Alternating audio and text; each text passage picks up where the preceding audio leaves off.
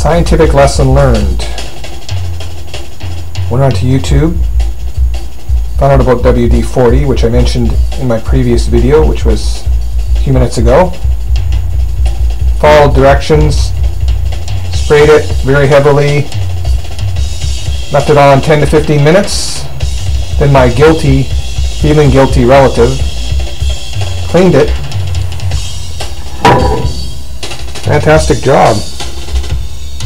Just has some wear and tear for a few years, but basically the condition it should be.